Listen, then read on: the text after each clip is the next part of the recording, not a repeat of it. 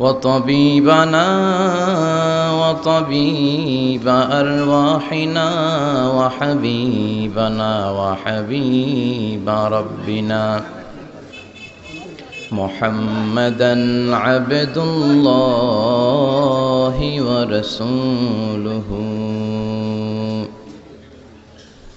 أرسله بالحق بشيرا ونذيرا وداعيا إلى الله بإذنه وسراجا منيرا أما بعد فقد قال الله تعالى في كلامه المجيد وفي فرقانه الحميد أعوذ بالله من الشيطان الرجيم بسم الله الرحمن الرحيم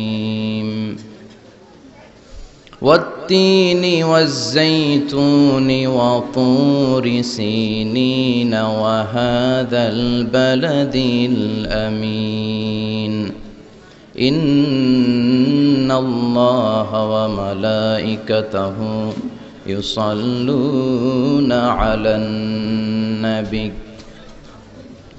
يا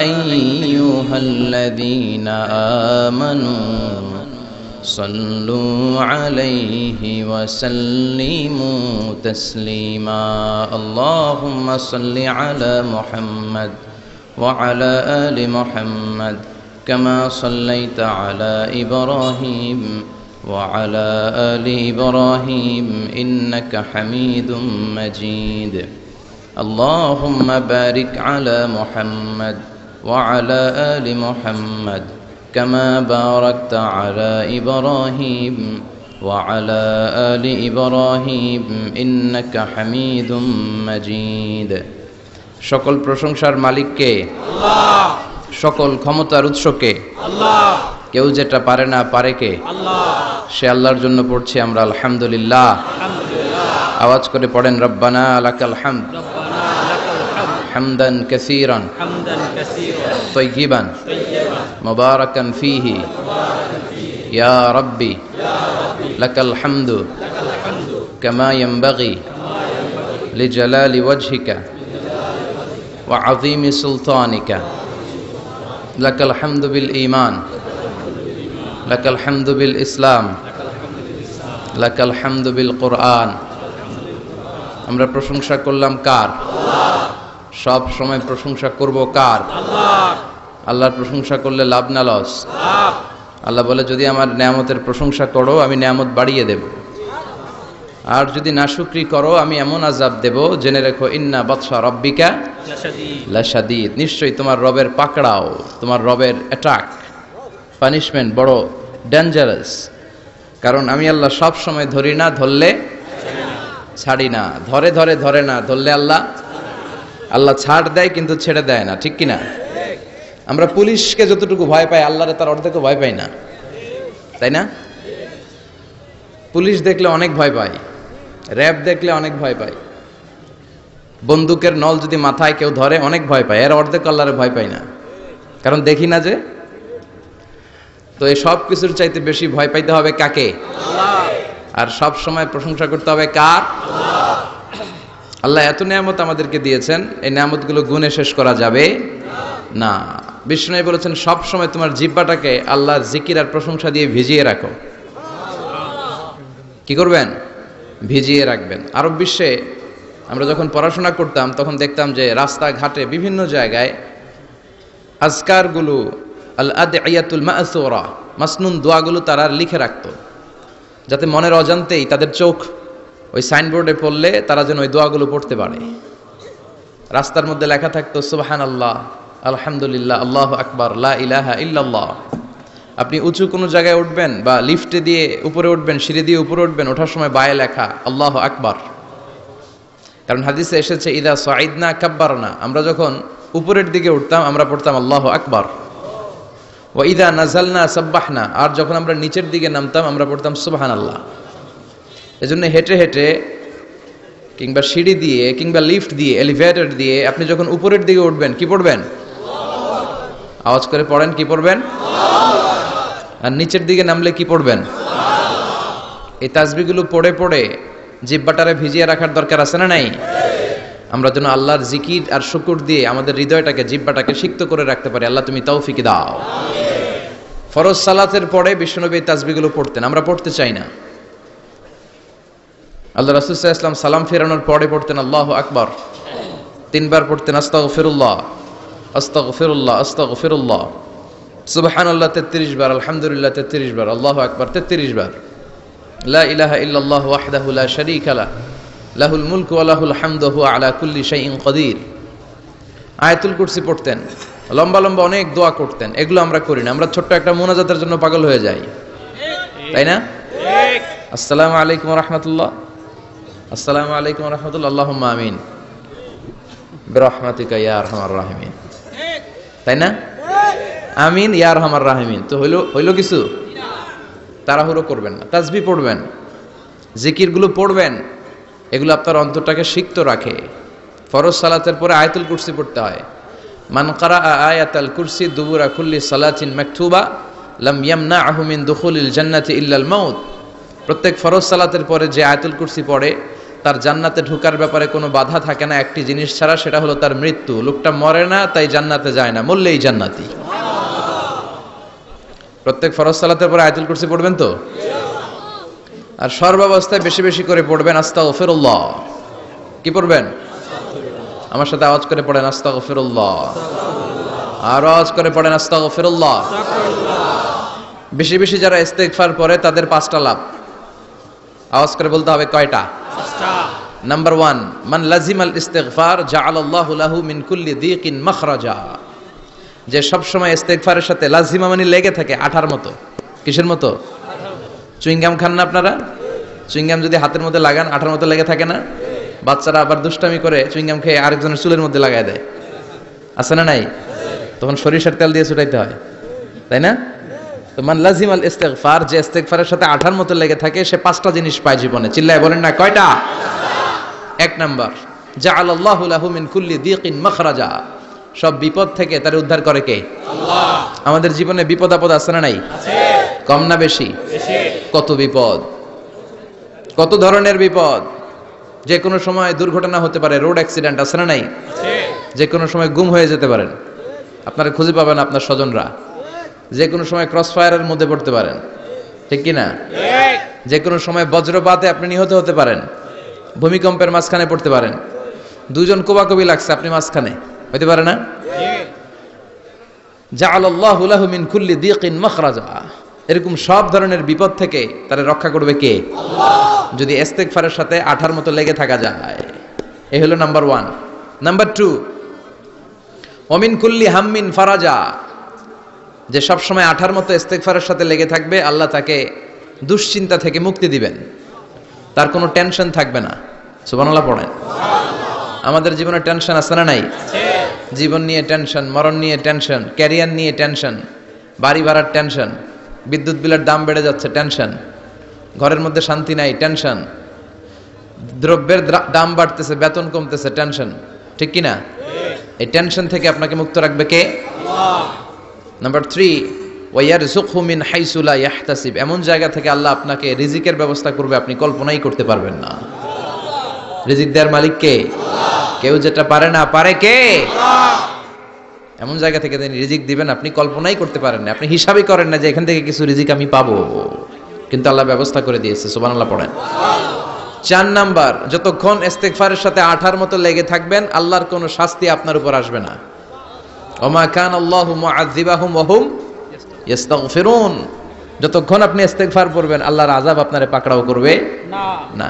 5 number হচ্ছে আল্লাহ আপনাকে মুস্তাজাবুদ দাওয়া বানিয়ে দিবে। মুস্তাজাবুদ দাওয়া মানে এমন ব্যক্তি, যেই ব্যক্তি দোয়া করা মাত্রই দোয়া কবুল করে কে? আল্লাহ। সবসময় ইস্তিগফার পড়তে রাজি আছেন তো? আপনারা ইমাম আহমদ ইবনে হাম্বলের নাম শুনেছেন? আমরা ইসলামে 5টা মাযহাবের প্র্যাকটিস করি। কোরআন সুন্নাহর আলোকেই আমরা করি। হানাফি, শাফিঈ, মালিকি, 4 নাম্বারটা আপনারা বলেন। হাম্বলি, হানাফি, শাফিঈ, মালিকি, তারপরে হাম্বলি। এই হাম্বলি মাযহাবের ধারক এবং বাহক ইমাম আহমদ ইবনে হাম্বল। উনি অনেক বড় যুগ শ্রেষ্ঠ মুহাদ্দিস ছিলেন। একক স্বতন্ত্র হাদিসের কিতাব হিসেবে পৃথিবী খ্যাত যে হাদিসের কিতাবটা, যেটার মধ্যে সবচাইতে বেশি সংখ্যক হাদিস আনা হয়েছে, মুসনাদ আহমদ ইবনে হাম্বল, এটার রচয়িতা উনি। সুবহানাল্লাহ পড়েন। প্রায় 40,000 হাদিসের কালেকশন ওই কিতাবের ভেতরে আছে। এই হাদিস কালেকশনের জন্য ইমাম আহমদ ইবনে হাম্বল বছরের পর বছর, যুগের পর যুগ, শহর থেকে গ্রাম, গ্রাম থেকে শহর চষে বেরিয়েছেন। ওনার শেষ জীবনটা উনি হাদিস সংগ্রহের কাজে ব্যয় করেছেন। একবার এক সফরে তিনি রাত্রিবেলা বেরোলেন। ইস্তেগফার পড়লে যে কি করে মানুষ মুস্তাজাবুদ দাওয়া হয় শুনেন। রাত্রিবেলা সফরে তিনি বেরোলেন, হাদিস সংগ্রহের সফর। পথিমধ্যে এক মসজিদে মাগরিবের নামাজ পড়লেন, এশার নামাজ পড়লেন। প্রচন্ড শীত। তিনি ভাবলেন আজকের রাতটা মসজিদেই কাটায় দেই, ফজরের সালাত পড়ে তারপরে বেরোবো। ব্যাগ থেকে কাঁথা বের করে তিনি শুয়ে পড়লেন। কিন্তু মসজিদের দারোয়ান এসে বলে, মসজিদে তো থাকা যাবে না, আপনি বের হন। ইমাম আহমদ ইবনে হাম্বল বললেন, আমি বৃদ্ধ মানুষ, প্রচন্ড শীত, কই যাব? আমি ফজরেরও মুসল্লি, ফজর নামাজও এই মসজিদে পড়বো, আমার এই বাজান তুমি থাকতে দাও। দারোয়ান বলেন, নো, থাকা যাবে না, মসজিদে থাকা যাবে না, বের হন, না হলে গাঠটি সহ বের করে দেব। চিনে নাই এটা যে ইমাম আহমদ ইবনে হাম্বল, সে বুঝতে পারে নাই। তো দারোয়ানের সাথে সুবিধা করতে না পেরে ইমাম আহমদ ইবনে হাম্বল ব্যাগ নিয়ে বেরোয় গেলেন। প্রচন্ড শীত, কাঁপছেন। হঠাৎ দেখে সামনে এক বাজার।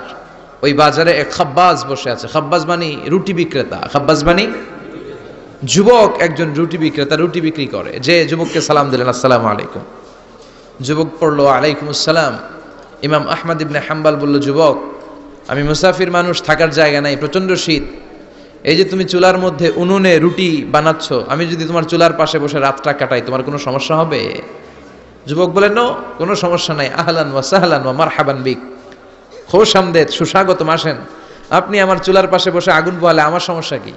আসেন, আসেন, বসেন, আপনি মুরব্বী মানুষ। ইমাম আহমদ ইবনে হাম্বল আল্লাহ শুকরিয়া করে চুলার পাশে বসে শীতের রাতে চুলা থেকে তাপ নিচ্ছেন, আগুন পোহাচ্ছেন।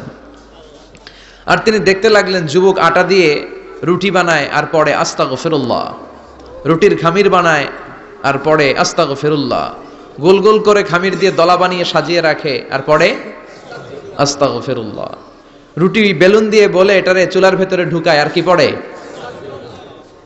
পড়ে আস্তাগফিরুল্লাহ। ক্রেতা আসলে ক্রেতাকে রুটি দেয় আর পড়ে, ক্রেতার হাত থেকে টাকা নিয়ে ক্যাশ বক্সে রাখে আর কি পড়ে। ইমাম আহমদ ইবনে হাম্বল তো অবাক, ঘটনা কি? আসার পর থেকে এই যুবকটারে দেখতেছি খালি পড়ে আস্তাগফিরুল্লাহ, আস্তাগফিরুল্লাহ। তিনি কৌতূহল বশত বললেন, যুবক, মা লাকা ইয়া শাব দাইমান তাকরাউনা আস্তাগফিরুল্লাহ, হে যুবক, তোমার ঘটনাটা কি? আসার পর থেকেই তুমি শুধু দেখতেছি পড়তেছো আস্তাগফিরুল্লাহ, আস্তাগফিরুল্লাহ, কারণটা কি? যুবক বলে, আমি সবসময় ইস্তেগফারের সাথে আঠার মতো লেগে থাকি, আর লেগে থাকার কারণে এর বরকতে আল্লাহ আমাকে মুস্তাজাবুদ দাওয়া বানিয়ে দিয়েছে। মানে আল্লাহ আমাকে এমন বানিয়েছে যে আমি দোয়া করা মাত্রই আমার দোয়া কবুল করে কে? আল্লাহ। ইমাম আহমদ ইবনে হাম্বল বললেন, আনতা মুস্তাজাবুদ দাওয়া, তুমি মুস্তাজাবুদ দাওয়া, মানে তুমি দোয়া করলেই সেটা কবুল হয়ে যায়? যুবক বলে, নাআম আনা মুস্তাজাবুদ দাওয়া, আমি আমার জীবনে যত দোয়া করেছি সব কবুল করে নিয়েছে কে? আল্লাহ। আমি মুস্তাজাবুদ দাওয়া, আমি দোয়া করতে দেরি কবুল হতে সেটা দেরি হয় না। তবে আমার পুরো জীবনের সব দোয়া কবুল হলেও একটা দোয়া এখনো কবুল হয় নাই। এটা শুনে ইমাম আহমদ ইবনে হাম্বলের কৌতূহল, কিউরিসিটি আরো বেড়ে গেল। তিনি বললেন, তোমার জীবনের সব দোয়া কবুল হয়েছে, একটা দোয়া কবুল হয় নাই, কি সেই দোয়া আমারে বলো? যুবক বলে, আমার জীবনে যে দোয়াটা কবুল হয় নাই সেটা হচ্ছে আমি আল্লাহর কাছে দোয়া করে বলেছিলাম, আল্লাহ, শুনেছি এই জামানার সবচেয়ে বড় মুহাদ্দিসের নাম হচ্ছে ইমাম আহমদ ইবনে হাম্বল, আমি যেন ওই ইমাম আহমদ ইবনে হাম্বলের কপালে একটা চুমু দিয়ে মরতে পারি, তুমি তৌফিক দিও। ইমাম আহমদ ইবনে হাম্বল নিজেকে আর ধরে রাখতে পারলেন না, চোখের পানি ছেড়ে দিলেন, যুবককে জড়িয়ে ধরলেন আর বললেন, ইয়া শাব, আহমদ ইবনে হাম্বলের কপালে চুমু দেওয়ার জন্য আহমদ ইবনে হাম্বলের দরবারে তোমার যাওয়ার দরকার নাই, আহমদ ইবনে হাম্বল নিজেই তোমার দরবারে ছুটে এসেছে। আনাল আহমদ ইবনে হাম্বল, আমি নিজেই আহমদ ইবনে হাম্বল। চিল্লায় পড়েন আল্লাহু আকবার। যুবকটি চিৎকার মেরে সৈয়দনা আহমদ ইবনে হাম্বলকে জড়িয়ে ধরল। আহমদ ইবনে হাম্বলের হাতে হাত রেখে মুসাফা করলো। আহমদ ইবনে হাম্বলের কপালে একটা চুমু এঁকে দিল আর বলল, ইয়া আহমদ ইবনে হাম্বল, এই ইস্তেগফারের কারণে আমার জীবনের সব দোয়াই কবুল হয়ে গিয়েছে। আপনি সব সময় যদি ইস্তেগফারের সাথে লেগে থাকেন, আপনারে মুস্তাজাবুদ দাওয়া বানাবে কে? আল্লাহ। এজন্য অবসরে যখন কোনো কাজ থাকে না, বেশি বেশি ইস্তেগফার পড়া যাবে না? ইস্তেগফারের সাথে আঠার মতো লেগে থাকা যাবে না? আওয়াজ করে পড়েন আস্তাগফিরুল্লাহ। আরো জোরে পড়েন আস্তাগফিরুল্লাহ। আরো জোরে পড়েন আস্তাগফিরুল্লাহ। আল্লাহ আমাদের ইস্তেগফার তুমি কবুল করো, আমিন। আরো জোরে পড়ি আমিন। আসুন আমরা আল্লাহর নামের 3টা তাকবীর পড়ব। 3টা তাকবীর পড়ে আমরা কোরআনের তাফসীরের দিকে যাব। আমি পড়ব লিল্লাহি তাকবীর, আপনারা পড়বেন আল্লাহু আকবার। আওয়াজ করে পড়তে হবে। আল্লাহ বলেছেন ওয়ারাব্বাকা ফাকাব্বির, তোমার রবের নামের বড়ত্বের ঘোষণা দাও। আমার সাথে সাথে পড়েন আল্লাহু আকবার। আমি আমার খুতবার শুরুতে সূরাতুত তিন থেকে তেলাওয়াত করেছি। আসুন এই সূরাটি থেকে আমরা কিছু কথা শুনি, আমলের নিয়তে, ইখলাসের নিয়তে। সূরাটার নাম হচ্ছে সূরাতু আত-তিন। সবাই বলেন সূরার নাম কি? এটি মাক্কি সূরা। কি সূরা? এই সূরার আয়াত সংখ্যা 8টি। কয়টি? আমরা জানি কোরআনের সূরাগুলো 2 ভাগে বিভক্ত, একটা মাক্কি, একটা মাদানী। সেই হিসেবে এই সূরাটি মাক্কি। এই সূরাটি কি? মাক্কি। কোরআনের চ্যাপ্টারগুলো নিয়ে মাঝে মাঝে ভাববেন যে কত ধরনের চ্যাপ্টার আল্লাহ দিলেন। সূরাকে আরবিতে বলে চ্যাপ্টার। সূরাকে আরবিতে কি বলে? তাহলে আওয়াজ করে উত্তর দেন তো, কোরআনের ভেতরে চ্যাপ্টার আছে কয়টা? 114টা। এই চ্যাপ্টারের নাম দিলেন তিনি ফলের নামে। সুবহানাল্লাহ পড়েন। 3 মানে ডুমুর ফল। 3 মানে কি? ডুমুর ফল। খেয়েছেন কখনো? খান নাই? শিকারপুরে হয়? গাছ আছে শিকারপুরে? নাই না? আছে? ছোটবেলা আমরা শুনতাম ডুমুর ফল খেলে নাকি মানুষ পাগল হয়ে যায়। আপনারা শুনছেন? এরকম অনেক আজে বাজে কথা কিন্তু আমরা ছোটবেলা শুনেছি, যেগুলোর ভিত্তি নাই। বলা হতো পরীক্ষার দিন সকালে কেউ যদি ডিম খেয়ে যায় তাহলে পরীক্ষা নাকি ডিম পায়। এটা ভুয়া কথা, ডাহা মিথ্যা। আমি সব সময় ফাইনাল পরীক্ষার দিন সকালে ডিম খেয়ে যেতাম আর পরীক্ষা দিয়ে ফার্স্ট হয়ে যেতাম। এজন্য ডিম খেয়ে গেলে কেউ ডিম পায় না। আমরা বিশ্বাস করি খাইরিহি ওয়া শাররিহি মিনাল্লাহি, ভালো হোক মন্দ হোক করে কে? আবার ছোটবেলায় বলা হতো ওষুধ খাওয়ার সময় বিসমিল্লাহ পড়বি না, কারণ বিসমিল্লাহ বললে বরকত হয়, তোর রোগে বরকত হয়ে যাবে, মানে তোর রোগ বেড়ে যাবে। কি ডাকাত, ভুয়া কথা। সব ভালো কাজের আগে বিসমিল্লাহ। অবশ্যই আপনি ওষুধ খাওয়ার আগে বিসমিল্লাহ পড়বেন। কি পড়বেন? আমাদের দেশে শেখানো হয় ওষুধ হাতে নিয়ে যখন তুমি খাবা তখন পড়বা আল্লাহু শাফি আল্লাহু মুআফি। এটারে উল্টায় আবার বাংলাদেশে আল্লাহ শাফি আল্লাহ মাফি। শব্দটা মাফি না, শব্দটা হচ্ছে মুআফি। আল্লাহু শাফি আল্লাহু মুআফি। খেয়াল থাকবে, পড়েন আল্লাহু শাফি আল্লাহু মুআফি, আল্লাহু শাফি আল্লাহু মুআফি। এটা কোনো হাদিসে নাই, পড়তে বলা হয় নাই, তবে অর্থটা খুব সুন্দর। আল্লাহই তিনি শিফা দান করেন, আল্লাহই রোগ থেকে মুক্তি দান করেন। ওষুধ আমি খাচ্ছি, মেডিসিন খাওয়া সুন্নাহ, কিন্তু ওষুধ আমারে শিফা দেয় না, মুআফাত দেয় না। আমারে শিফা দেয় কে? আল্লাহ। এই ঘোষণাটা, অ্যানাউন্সমেন্টটা বেশ ভালো, আপনি পড়তে পারেন, কিন্তু সুন্নাহ মনে করে না। এটা ভালো অর্থ, তাই পড়ি। আর বিসমিল্লাহ অবশ্যই পড়বেন। সব ভালো কাজের আগে কি? বিসমিল্লাহ। আল্লাহ বুঝার তৌফিক দান করো। তো এই যে এগুলো ভুয়া কথা, মাশহুর, এগুলোকে বলে মাশহুরুন বাইনা আলসিনাতিন নাস, মানুষের ঠোঁটে ঠোঁটে মুখে মুখে প্রচলিত, কোনো ভিত্তি নাই। এরপরে ছোটবেলা শুনতাম জট কলা খাওয়া যাবে না, মানে জোড়া কলা খেলে নাকি 2 বাচ্চা হয়, যমজ বাচ্চা নাকি হয়, একসাথে 2 বাচ্চা বলে না? আমি আরো বেশি বেশি খাইতাম, বলতাম এটা তো আরো ভালো, এক লগে 2 বাচ্চা হলে 2 বারের কষ্ট একবারে সারলো, তাই না? এক একটা মায়ের এক একটা বেবি জন্ম দিতে কষ্ট হয় না? শুধু কষ্ট, কি পরিমাণে কষ্ট এটা মা জানে, বাবা জানে না। এজন্য বিষ্ণু বলেছেন মায়ের মর্যাদা বাবার চেয়ে কয় গুণ বেশি। আবার আল্লাহ বলেছেন হামালাতু উম্মুহু, বাবা তোমার পেটে ধরে নাই, পেটে ধরেছে কে? ওয়াহানান আলা ওয়াহান, ব্যথা কষ্ট জ্বালা পেইন বাবা সহ্য করে নাই, করেছে কে? ওয়াফিসালহু ফি আমাইন, 2 বছর তোমারে বাবা দুধ খাওয়ায় নাই, দুধ খাওয়ালো কে? মায়ের এক ধার দুধের দাম, কাটিয়া গায়ের চাম, পাপস বানাইলেও ঋণের শোধ হবে না, এমন দরদি ভাবে কেউ হবে না আমার মাগো, এমন দরদি ভাবে কেউ হবে না আমার মাগো। ঠিক কিনা? বিশ্বনবী বললেন লাউ কাতাতা জিলদাক, গায়ের চামড়াগুলো কেটে কেটে রোদে শুকিয়ে যদি মায়ের পায়ের দুইটা জুতাও বানিয়ে দাও, ছোটবেলা যে দুধ খেয়েছো সেটার এক ঢোক দুধের শোধ আদায় হবে না। এজন্য মা যে কি কষ্ট করে, এখানে বেশিরভাগই আমরা নর্মাল প্রসেসে পৃথিবীতে এসেছি, তাই না? সিজারিয়ান বেবি খুব কম, থাকলে এক দুইটা। নর্মাল প্রসেসে একটা বাচ্চাকে ডেলিভারি করতে একটা মায়ের যে কত কষ্ট হয় আপনি কল্পনাই করতে পারবেন না। চিকিৎসা বিজ্ঞান বলে একজন সুস্থ মানুষ ব্যথার একটা ইউনিট আছে, মাত্রা, ব্যথা মাপার একক, 45 ইউনিট পেইন বা ব্যথা একজন মানুষ সহ্য করতে পারে। ব্যথার তীব্রতা বা মাত্রা যদি 45 ইউনিটের বেশি হয়, যদি ছাড়িয়ে যায়, হয় লোকটা বেহুশ হবে নয় মরে যাবে। আমার আর আপনার মা যখন আমাদেরকে নর্মাল প্রসেসে ডেলিভারি করেছেন তখন তারা 45 না 57 ইউনিট প্লাস 57 থেকে 60 ইউনিটের পেইনও তারা ছাড়িয়ে গেছে। 57 ইউনিটেরও বেশি ব্যথা তারা সহ্য করেছে, যেটা কোনো অ্যাক্সিডেন্টে আপনার দেহের 206টা হাড্ডি আছে তো 20টা হাড্ডি একসাথে কোনো অ্যাক্সিডেন্টে ভেঙে গেলে যত ব্যথা তার চেয়েও বেশি ব্যথা। এজন্য মায়ের মনে কষ্ট দেয়া যাবে, মায়ের মনে কষ্ট দিয়ে জীবনে কেউ সফল হতে পারে নাই। সাইয়েদনা মুসা আলাইহিস সালাম আল্লাহর একবার জিজ্ঞেস করলেন, আল্লাহ মাইয়া কুনু জালিসি ইয়াউমাল কিয়ামা, আল্লাহ আমার সাথে কিয়ামতের দিন জান্নাতের সাথী কে হবে?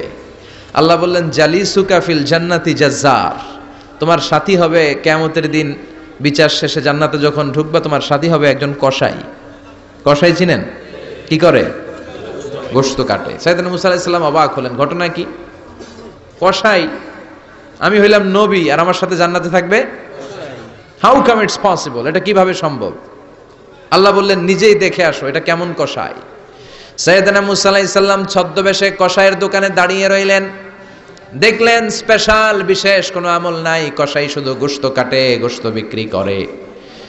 দিন শেষে দোকান বন্ধ করে প্যাকেটের ভেতরে গোশত নিয়ে বাড়িতে রওনা হয়েছে। বাড়ির ভেতরে ঢুকে যাওয়ার পর সাইয়েদনা মুসা আলাইহিস সালাম ঘরের দরজার কড়া নাড়লেন। কসাই বলে মান আনতা, তুমি কে? মুসা আলাইহিস সালাম বললেন আনা মুসাফির, আমি মুসাফির, থাকার জায়গা নেই, আপনি যদি থাকার জায়গা দেন আপনার বাড়িতে থাকবো। কসাই বলে আসেন। সাইয়েদনা মুসা আলাইহিস সালাম ঢুকলেন। কসাই বলে এই ঘরে একটু থাকেন, ওই ঘরে আমার একটু কাজ আছে। মুসা আলাইহিস সালাম বললেন যান, কাজ সেরে আসেন। মুসা আলাইহিস সালাম খেয়াল করলেন ওই ঘরে মাচার উপর থেকে বয়োবৃদ্ধ এক নারীকে তিনি নামিয়ে গোসল করালেন, টাওয়াল দিয়ে গা মুছিয়ে দিলেন, নতুন জামা পরিয়ে দিলেন। এরপর দোকান থেকে আনা সুন্দর গোশতের টুকরাটারে নিজ হাতে কেটে রান্না করলেন, তারপর রুটি বানালেন আর গোশত আর রুটি হাতে নিয়ে ওই মহিলার মুখে তুলে দিচ্ছেন। মহিলা খাচ্ছে, খায় আর বিড়বিড় করে কি যেন দোয়া পড়ে। সুবহানাল্লাহ পড়বেন না? ওই মহিলাকে খাওয়ানোর পরে কসাই সাইয়েদনা মুসা আলাইহিস সালামকে মেহমান হিসেবে খাবার নিয়ে আসলেন। বললেন ও পথিক খাবার খান, সকালবেলা আপনিও চলে যাবেন, আমিও যাব আমার দোকানে, খেয়ে আপনি ঘুমিয়ে পড়েন। মুসা আলাইহিস সালাম বললেন ততক্ষণ পর্যন্ত তোমার আনা খাবারে আমি হাত দিব না যতক্ষণ না তুমি বলবা ওই মহিলাটাকে। কসাই বলে হাদিহি উম্মি, এটা আমার মা। হাদিহি উম্মি, এটা আমার মা। এই দুনিয়া এই মা ছাড়া আমার কেউ নাই, আমিও ছাড়া আমার মায়ের কেউ নাই। তাই প্রতিদিন দোকানের কাজ শেষ করে গোশত এনে রান্না করে আমার মারে আমি খাওয়াই। হাদিহি উম্মি, এটা আমার জনম দুঃখিনী মা। সাইয়েদনা মুসা আলাইহিস সালাম বুঝলাম তোমার মা, কিন্তু তুমি যখন রুটি তোমার মায়ের মুখের ভেতরে তুলে দিচ্ছিলে তোমার মা বিড়বিড় করে কি যেন পড়লো, কি পড়ে তোমার মা? কসাই বলে আমার মায়ের একটা পাগলা দোয়া আছে। কি দোয়া? আমি জানি কশিন কালো এই দোয়া কবুল হবে না। আবেগের বশবর্তী হয়ে প্রতিদিন আমার মা আমার খেদমতে আমার উপর এত সন্তুষ্ট হয়ে যায়, এত খুশি হয়ে যায়। আমার মা প্রতিদিন বলতে থাকে আল্লাহুম্মা জাআল ইবনি জালিসা মুসা ইয়াউমাল কিয়ামা, ও আল্লাহ আমার ছেলের খেদমতে আমি এত সন্তুষ্ট, আমার ছেলের উপর আমি এতটাই রাজি খুশি। শুনেছি এই জামানার সবচাইতে বড় পয়গম্বর, বনি ইসরাইলের সবচাইতে বড় নবী, ওই নবীর নাম নাকি মুসা। ও আল্লাহ আমি এত কিছু জানি না, এত কিছু বুঝি না, এত কিছু চাই না, তোমার দরবারে শুধু একটাই চাওয়া, একটাই ফরিয়াদ, তুমি আমার ছেলেরে কিয়ামতের দিন মুসার সাথে হাসর নসিব করে দিও। আমার ছেলে কসাই ছেলেটারে তুমি মুসার জান্নাতের সাথী বানিয়ে দিও। আল্লাহুম্মা জাআল ইবনি জালিসা মুসা ইয়াউমাল কিয়ামা। জালিস মানে ফ্রেন্ড, বন্ধু। আল্লাহ জান্নাতে আমার ছেলেরে তুমি মুসার বন্ধু বানিয়ে দিও। মুসা আলাইহিস সালাম এবার বুঝতে পারলেন, তিনি বললেন ঘটনা তো এই জায়গায় এতক্ষণে বুঝতে পেরেছি, কেন আমার সাথে মুফাসসির যাবে না, হাফেজে কোরআন যাবে না, শহীদরা যাবে না, ওলিরা যাবে না, নবীরা যাবে না, আমার সাথে জান্নাতে যাবে কসাই। এটা মায়ের দোয়া। কার দোয়া? মায়ের দোয়ার দরকার আছে না নাই? অনেক পাওয়ারফুল মায়ের দোয়াটা। বুলেট মারলে বুলেট মিস হয়, মায়ের দোয়া মিস হয়? ড্রোন হামলা করলে ড্রোন হামলা মিস হয়ে যেতে পারে, কিন্তু মায়ের দোয়া কশিনকালে মিস হয় না। চিল্লায় বলেন ঠিক কি না? মায়ের দোয়াটাও কবুল, বদদোয়াও কবুল। ভয়ঙ্কর কিন্তু। মা দোয়া করলে কবুল হয়, কিন্তু বদদোয়া করলে কবুল হয় না। এরকম হলে it was not a big deal, এটা বড় সমস্যা ছিল না। কিন্তু দোয়া করলেও যেমনি কবুল, বদদোয়াটাও কবুল। এজন্য খবর আছে না নাই? এজন্য মায়ের কাছ থেকে সবসময় দোয়া নিতে হবে। দোয়া নিতে রাজি আছেন? আমাদের সমাজে এরকম অনেক ধরনের কুসংস্কার। 2 কলা খেলে 2 বাচ্চা হয়, তাই না? আসলে কি কথাটা ঠিক? বাচ্চা একটা হবে না 2টা হবে, ছেলে হবে না মেয়ে হবে, এটা কে দেয়? আবার অনেকের মাথার চুলের মধ্যে 2টা গিট থাকে, আছে না নাই? 2 গিট থাকলে কয় তোর 2 বিয়া, 3 গিট থাকলে 3 বিয়া, গিট নাই কয় তোর বিয়া নাই, আছে না নাই? এগুলো মুসলমান বিশ্বাস করতে পারে? মুসলমান বিশ্বাস করে একজনকে, তিনি কে? তো এই 3 ফল এটা খেলে মানুষ পাগল হয়ে যায় না, এটা স্বাস্থ্যকর একটা খাবার। বাংলাদেশের 3 আর আরব দেশের 3-এর পার্থক্য আছে। আরব দেশের 3 খুব সুস্বাদু। তো এই 3-এর নামে আল্লাহ একটা সূরা দিলেন। সূরার নাম হচ্ছে সূরাতুত তিন। সূরার নাম এরকম অনেক নামে আল্লাহ সূরা দিয়েছেন। খেয়াল করে দেখবেন, মানুষের নামে সূরা দিয়েছেন, সূরাতুল ইনসান, সূরাতুন নাস। আবার ইন্ডিভিজুয়াল 6 জন পুরুষ মানুষের নামে সূরা দিয়েছেন, 6 জন নবীর নামে, একজন ওলির নামে। সূরা হুদ, সূরা ইউসুফ, সূরা ইউনুস, সূরা মুহাম্মদ, সূরা ইব্রাহিম, সূরা নূহ, আছে না নাই? আবার সূরা লোকমান, আছে না নাই? মানুষের নামে সূরা, তাই না? তো 7 জন পুরুষের নামে সূরা, আর মাত্র 1 জন নারীর নামে আল্লাহ সূরা দিলেন। বলেন তো এই সূরাটার নাম কি? মারিয়াম। তো রেশিওটা কম হয়ে গেছে না? পুরুষ 7 জন, নারী 1 জন। নারীরা যাতে রাগ না করে, নারীদেরকে বুঝ দেওয়ার জন্য আল্লাহ সব নারীদের নামে আলাদা একটা সূরা দিলেন। সূরার নাম, তার মানে আল্লাহ নারীকে খুশি রাখতে চায়, বিশ্বনবীও নারীদেরকে খুশি রাখতে চায়। আমরা অনেকে বলে, হুজুর আপনি নারীদের পক্ষে কথা বলেন বেশি। আমি সবার পক্ষেই বলি, যার যেটা অধিকার তাকে সেটা দিতে হবে, ঠিক কি না? নারীরা সম্মানিতা, তাদেরকে সম্মান দিতে হবে। বিশ্বনবী তাদেরকে সম্মান দিতেন। মা আয়েশাকে বিশ্বনবী সবসময় আগে সালাম দিতেন। সুবহানাল্লাহ পড়েন। খাদিজা রাদিয়াল্লাহু তাআলা আনহাকে আল্লাহ তাআলা আরশের উপর থেকে সালাম পাঠিয়েছেন। এজন্য নারীদেরকে সালাম দিবেন বেশি বেশি। ঘরে সুখ শান্তি নাই, অনেকে বলে ঘরটা নাকি জাহান্নামের টুকরা, কারণ সালাম নাই। সালাম মানে শান্তি। সালাম মানে কি? সালাম সালাম হাজার সালাম সকল শহীদ স্মরণে, আমার হৃদয় রেখে যেতে চাই তাদের স্মৃতির চরণে। পড়েন আমিন। সালাম মানে চিল্লায় বলেন। জান্নাতীরা যখন জান্নাতে ঢুকবে, ফেরেশতারা জান্নাতীদেরকে কি বলবে? সালাম, শান্তি। Enter the paradise with peace and security. শান্তি এবং নিরাপত্তার সাথে জান্নাতে ঢুকে যান। এজন্য ঘরটারে শান্তিময় বানাতে চাইলে সালাম দিতে হবে। কি দিতে হবে? আজ থেকে স্ত্রীকে সালাম দিবেন তো ইনশাআল্লাহ। পড়েন।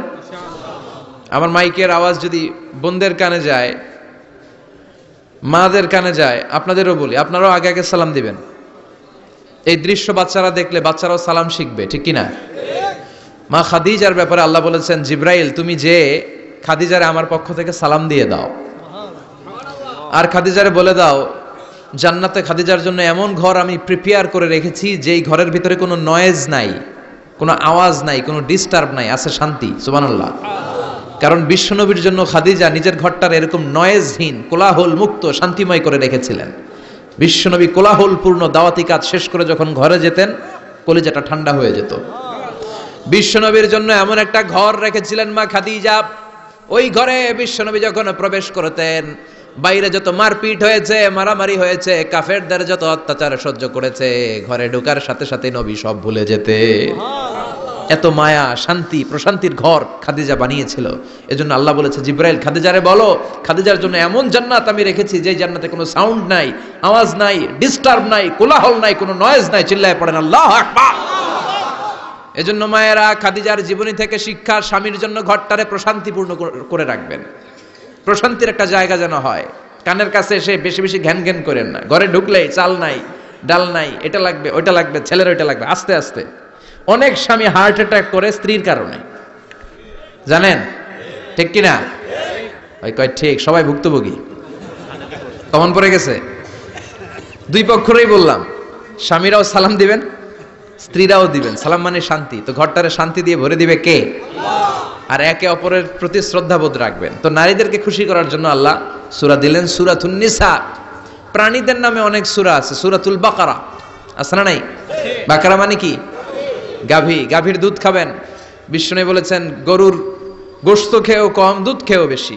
আলাইকুম বিআলবানিল বাকার, তোমাদের উচিত গরুর দুধ খাওয়া। ফাইন্নাহা তুরাম্মু মিনাল আশজার, কেননা গরুর দুধ এটা হচ্ছে সবুজ ঘাস আর পাতার নির্যাস। ফি লাবানিহা শিফা, গরুর দুধে আছে শিফা। ও ফি লুহুমিহা দা, গরুর গোশতে আছে রোগ। গোশতে আছে কি? গরুর গোশত খাইলে রোগ বাড়ে না? অনেক ডাক্তার আছে, এরা সিরিয়াল নেয় না, যারা গরুর গোশত খায় বেশি। বলে লাল মাংস যারা খাবে এরা যেন আমার সিরিয়াল না দেয়। আছে না নাই? বিশ্বনবীর খাবারের তালিকায় দুধ ছিল। বিশ্বনবী বলতেন বেশি বেশি দুধ খেও। এবং বিষ্ণু বলেছেন, মায়েরা যেন তাদের বাচ্চাদেরকে দুধ খাওয়ায়। মায়ের বুকে প্রথম যে দুধটা আসে এটাকে বলে শাল দুধ। এটা বাচ্চার জীবনের প্রথম প্রাকৃতিক টিকা। সুবহানাল্লাহ পড়েন। আমরা কত টাকা দিয়ে দামি দামি টিকা দেই, কিন্তু প্রথম টিকাটা আল্লাহ ফ্রি দিয়েছেন। সুবহানাল্লাহ পড়েন। বাকারার নামে সূরা দিলেন, আনকাবুত মাকড়সার নামে সূরা দিলেন, নাহাল মৌমাছির নামে সূরা, নামাল পিঁপড়ার নামে সূরা। সুবহানাল্লাহ পড়েন। এইভাবে আপনি খুঁজলে কোরআনের চ্যাপ্টারগুলো যে কত সুন্দর সুন্দর নাম দিয়ে আল্লাহ দিয়েছেন, তারই ধারাবাহিকতায় আজকের সূরাটির নাম দিয়েছেন আল্লাহ একটা ফলের নামে। কিসের নামে? তিন ফলের নামে। সূরার নাম কি? সাইয়েদনা বারা ইবনে আযিব রাদিয়াল্লাহু তাআলা আনহু বর্ণনা করেন, বুখারীর বর্ণনা। তিনি বলেন, সামি'তু রাসূলুল্লাহি ইয়াকরাউ সূরাতাত তিন ফি সালাতিল ইশা। আমি বারা ইবনে আযিব রাদিয়াল্লাহু তাআলা আনহু এশার নামাজে বিশ্ব নবীকে সূরাতুত তিন তেলাওয়াত করতে শুনেছি। কোন নামাজে? কোন সূরা পড়তেন? কোন নামাজে? কোন সূরা? মনে থাকবে? পড়বেন তো? তিনি বলেছেন, এশার নামাজে আমি বিশ্ব নবীকে সূরাতুত তিন তেলাওয়াত করতে শুনেছি। ফামা সামি'তু আহসানা সাউতিন মিন সাউতি রাসূলিল্লাহ। আল্লাহর রাসূলের কণ্ঠের চাইতে এত মধুর কণ্ঠ আমার জীবনে শুনি নাই।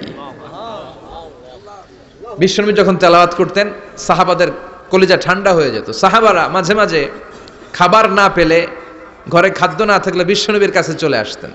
এসে বিশ্বনবীর চেহারার দিকে তাকায় থাকতেন, ওনার কণ্ঠে তেলাওয়াত শুনতেন। বিশ্বনবীর তেলাওয়াত শুনলে চেহারার দিকে তাকায় থাকলে ক্ষুধার কথা তারা ভুলে যেতেন। কি কণ্ঠ ছিল বিশ্বনবীর! অনেকে বলে সাইয়েদনা দাউদ আলাইহিস সালামের কণ্ঠ ছিল অনেক চমৎকার, এটা ঠিক, কিন্তু বিশ্বনবীর চাইতে বেশি সুন্দর না। আকাবা উপসাগরের তীরে বসে সাইয়েদনা দাউদ যখন তেলাওয়াত করতেন, সাগরের মাছগুলো সাগর ছেড়ে ডাঙায় চলে আসতো, বনের পশু বন ছেড়ে বাইরে আসতো, আকাশের পাখি আকাশ ছেড়ে দিয়ে নিচে নেমে আসতো। কিন্তু বিশ্বনবীর কণ্ঠটা এর চেয়ে বেশি সুন্দর ছিল। সুবহানাল্লাহ পড়েন। বিশ্বনবী সারাদিন যেই কোরআনের আয়াতগুলো নাজিল হয়েছে, প্রত্যেক রাত্রে এশার নামাজের পর ঘরের মধ্যে বসে বসে আয়াতগুলো তেলাওয়াত করতেন। আর মক্কার আবু জাহেল, উতবা, শাইবা, ওয়ালিদ ইবনে মুগীরা সবাই লুকিয়ে লুকিয়ে তেলাওয়াত শোনার জন্য বাড়ির চিপায় চলে আসতো। আবু জাহেল, উতবা, শাইবা এটা কি বিশ্বনবীর পক্ষের লোক না বিপক্ষের? বিপক্ষের লোক হয়েও নবীর কণ্ঠের তেলাওয়াত শোনার জন্য পাগল। তাইলে কণ্ঠটা কি নরমাল কণ্ঠ ছিল? যেন তেন কণ্ঠ ছিল? আবু জাহেল ছিল মক্কা শহরের প্রেসিডেন্ট। সে ঘোষণা দিয়ে দিত, কেউ মুহাম্মাদের কণ্ঠের তেলাওয়াত শুনবা না, শুনতে যেতে পারবা না। সবাইকে নিষেধ করে রাত্রিবেলা চোরের মতো নিজেই যাইতো। সুবহানাল্লাহ পড়েন। হজের মৌসুমে আবু জাহেল ঘোষণা দিয়ে দিল, খবরদার, মক্কায় ঢুকার যতগুলো গেট আছে সবগুলো গেটে তোরা দাঁড়ায় থাকবি। হাজিদেরকে বলবি মক্কায় নতুন একটা পাগল এসেছে, তার কথা যারা শুনে তারাও পাগল হয়ে যায়। নাউজুবিল্লাহ পড়েন। তার কর্মী বাহিনী হজের মৌসুমে বিভিন্ন গেটে পাঠায় দিল। মক্কায় ঢুকার হাজিদের যত গেট, বিভিন্ন দেশ থেকে হাজিরা আসবে, কর্মীদেরকে বলে দিল তোরা বলবি এই এলাকায় নতুন এক পাগলের আমদানি হয়েছে, নাম মুহাম্মদ, পড়েন নাউজুবিল্লাহ। যারাই এই মুহাম্মাদের কণ্ঠের তেলাওয়াত শুনে তারাও পাগল হয়ে যায়। আদেশ অনুযায়ী কর্মীরা মক্কার গেটে দাঁড়িয়ে দাঁড়িয়ে হাজিদেরকে বলল, হাজি সাহেব হজে যান, জমজম খান, খেজুর খান, হজ করেন, সমস্যা নাই, কিন্তু নতুন এক পাগল আসছে, এই পাগলের নাম মুহাম্মদ, এই পাগলের কাছে যারা যায় হেরাও পাগল হয়ে যায়। হাজি সাহেবরা কোনোদিন এই মুহাম্মদ নামটা শুনে নাই, এই প্রথম শুনলো। শুই নাই মনে মনে কয় যেদিকে যাব আর নাই যাব, আগে মুহাম্মাদের কাছে যাব। সবার আগে কার কাছে যাব? কারণ মানুষের একটা অভ্যাস হচ্ছে আল ইনসানু হারিসুন আলা মা মুনিয়া, মানুষের যেটা করতে নিষেধ করা হয় বেশি ওইটা মানুষ করে বেশি। মনে মনে হাজিরা বলে তোমরা নিষেধ করছো তো অবশ্যই যাব, দেখি এই মুহাম্মদটা কে। তার মানে আমাদের বিরুদ্ধে অপপ্রচার করলে এটা আমার পক্ষের প্রচার হয়ে যায়। সুবহানাল্লাহ পড়েন। ইসলামের বিরুদ্ধে অপপ্রচার করলে এটা কি হয়ে যায়? প্রচার হয়ে যায়। ইউরোপ আমেরিকাতে ইসলামের নামে ট্যাগ লাগায় এক্সট্রিমিস্ট, জঙ্গি, আমরা নাকি জঙ্গি, আমরা নাকি এক্সট্রিমিস্ট। তো যারা সিভিলিয়ান আছে, ক্রিশ্চিয়ান সিভিলিয়ান, ইউরোপ আমেরিকার সাধারণ জনগণ, তারা ভাবে ঘটনা নাকি মুসলমানদের বিরুদ্ধে এত কথা কেন? তারা ইসলাম নিয়ে গুগলে সার্চ করে, বিভিন্ন বই পড়ে, কোরআনের ইংলিশ ট্রান্সলেশন পড়ে। আগে তারা ইসলাম সম্পর্কে জানতো না, কিন্তু সবাই যখন বলা শুরু করছে জঙ্গি জঙ্গি জঙ্গি, ইসলাম মানে জঙ্গি, তখন তারা ইসলাম সম্পর্কে পড়তে শুরু করে দিয়েছে। পড়তে পড়তে ইসলামের সুন্দর বাণীগুলো পড়ে ওদের হৃদয় ঠান্ডা হয়ে যায়। যাদের নসিব ভালো, অনেকে কালিমা পড়ে মুসলমান হয়ে যায়। ইউরোপ আমেরিকাতে মুসলমানের সংখ্যা দিন দিন বাড়ছে। মাঝে মাঝে পত্রপত্রিকায় দেখবেন যে কনভার্টেড মুসলমান, ও মুসলমান, ও মুসলমান। ধারণা করা হচ্ছে 2070 সালের মধ্যে ইউরোপ আর আমেরিকায় মুসলমান হয়ে যাবে সংখ্যাগরিষ্ঠ। খ্রিস্টানদের ছাড়িয়ে মুসলমানদের সংখ্যা ইউরোপ আমেরিকায় বেড়ে যাবে। সুবহানাল্লাহ পড়েন।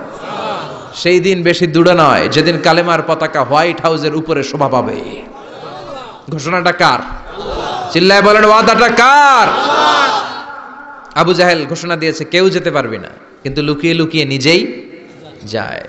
একটা নির্ধারিত সময়ে বিশ্বনবী তেলাওয়াত করতেন, আর ওই তেলাওয়াতের সময় আবু জাহেল, উতবা, শাইবা, ওয়ালিদ ইবনে মুগীরা সবাই লুকিয়ে লুকিয়ে বিশ্বনবীর ঘরের চারদিকে কান পেতে মধুর কণ্ঠের তেলাওয়াত শুনতো। ফ্রি ফ্রি আরামসে শুনতো এই তেলাওয়াত। বিশ্বনবীর তেলাওয়াত যখন শেষ হয়ে যেত, এরা ভাগলপুর দিত দৌড়। ফিরে যাওয়ার রাস্তা থাকতো একটা, কয়টা? দেখা হয়ে যেত। একজন আরেকজনকে দোষারোপ করতো। আবু জাহেল বলতো, কিরে তোরা আসলি কেন? ওরা বলে, তুই আইলি কেন? দিনের বেলা ভাষণ দেশ মোহাম্মদের বিরুদ্ধে, রাত্রেবেলা চোরের মতো তুই আসিস কেন? একে অপরকে দোষারোপ করে। আবু জাহেল বলে, ঠিক আছে, কাল থেকে আমিও আসবো না, তোরাও আসবি না। চল আমরা শপথ নেই যে কেউ আসবো না। দস্তখত দে, সিগনেচার দে, যেই আসবে তার মাথার চুল কামিয়ে আলকাতরা মেখে মক্কার বাজারে ঘুরিয়ে ঘুরিয়ে অপমান করা হবে। সবাই রাজি। আবু জাহেল বলে, দে, রাজি হইলে সিগনেচার দে। সবাইকে আবু জাহেল্লা, তুই নেতা, তুই আগে দে। আবু জাহেল 1 নাম্বার, নাম্বার 2 উতবা, নাম্বার 3 শাইবা, সবাই সিগনেচার। কালকে কেউ যাবে না, কেউ যাবে না। দিন গড়িয়ে রাত আসে। বিশ্বনবীর যখন তেলাওয়াত করার টাইম, ওই টাইমে আবু জাহেলের তেলাওয়াত শোনার প্যারা উঠছে। যারা সিরিয়াল দেখে, সিরিয়াল দেখার প্যারা আছে না একটা? 9টায় সিরিয়াল শুরু হবে, 8:30 থেকে প্যারা ওঠে। কথা কন, আমার সিরিয়াল শেষ হয়ে গেল, সব কাজ বাদ দে, তাড়াতাড়ি টিভির সামনে বস, আছে না নাই? আবু জাহেলেরও প্যারা উঠছে, তেলাওয়াত শোনার প্যারা। টসিং অ্যান্ড টার্নিং, বিছানায় এপাশ ওপাশ করে, আর মনে মনে ভাবে, হায় রে, আর তো সময় নাই, এই তো শুরু হয়ে যাবে একটু পরে মুহাম্মদের তেলাওয়াত, না গেলে তো বড্ড মিস হয়ে যাবে। যাই যাই, আজকে যেরকম দস্তখত নিছি আর ধমক দিছি, কেউ যাবে না, আমি নিশ্চিত কেউ যাবে না, আমি একটু যাই। উতবা, শাইবা, ওয়ালিদ ইবনে মুগীরা প্রত্যেকেই প্রত্যেকের ঘর থেকে এই একই কথা ভাবছে যে আজকে তো যেই থ্রেড দিছে আবু জাহিল্লাই, আজকে কেউ যাবে না, আমি একটু যাই। সুবহানাল্লাহ পড়েন। আজকেও সবগুলো যে হাজির। বিশ্বনবী মন্ত্রমুগ্ধ করা সুরের ঝংকার তুলে তেলাওয়াত করছেন, আর সবগুলো মন্ত্রে মুগ্ধের মতো তেলাওয়াত শুনছে। বিশ্বনবীর তেলাওয়াত শেষ, সব দিছে দৌড়। ফিরে যাওয়ার রাস্তা কয়টা? আজকেও দেখা। আবু জাহিল্লা কয়, কিরে তোরা আইলি কেন? সবাইকে আবু জাহিল্লা, তুই আইলি কেন? একে অপরকে দোষারোপ করে। এই ঘটনাটা শোনানোর উদ্দেশ্য হচ্ছে বিশ্বনবীর কণ্ঠটা যেন তেন কোনো কণ্ঠ ছিল না, এই কণ্ঠে সুরের ঝংকার ছিল, ঠিক কিনা? এই জন্য সাইয়েদনা বারা ইবনে আযিব রাদিয়াল্লাহু তাআলা আনহু বুখারীর বর্ণনায় বললেন, ফামা সামি'তু আহসানা সাউতান মিন সাউতি রাসূলিল্লাহ, বিশ্বনবীর কণ্ঠের চাইতে এরকম সুরেলা কণ্ঠ আমার জীবনেও আমি শুনি নাই। আর বিশ্বনবীকে এই সূরাটা কোন নামাজে পড়তে শুনছে? পড়বেন তো আপনারা? আল্লাহ তৌফিক দান করো। এই সূরাটা আল্লাহ কসম দিয়ে শুরু করছে। কি দিয়ে? 3 ফলের কসম দিয়ে। মনে রাখবেন, মান কানা ইয়াহলিফ ফালইয়াহলিফ বিল্লাহ, যার কোনো কারণে কসম কাটতেই হয় সেজন্য আল্লাহর নামে কসম কাটে, আউলিয়াসমুত, আর না হলে যেন চুপ থাকে। আল্লাহ ছাড়া কারো নামে কসম কাটা যাবে? কিন্তু আমাদের দেশে অনেক কিছুর নামে কসম আছে না নাই? আমরা কোরআন শরীফের নামে কসম কাটি, অনেক সময় কাবার নামে কসম কাটি, মায়ের বুকের দুধের কসম, বিদ্যার কসম কাটি না? কাটা যাবে? শিকারপুরের লোকের আর কি কি জিনিসের কসম কাটেন বলেন? হ্যাঁ, মায়ের কসম না, মায়ের কসম কাটা যাবে না। আর কি কি জিনিসের কসম কাটেন বলেন? আল্লাহর কসম কাটা যাবে। আর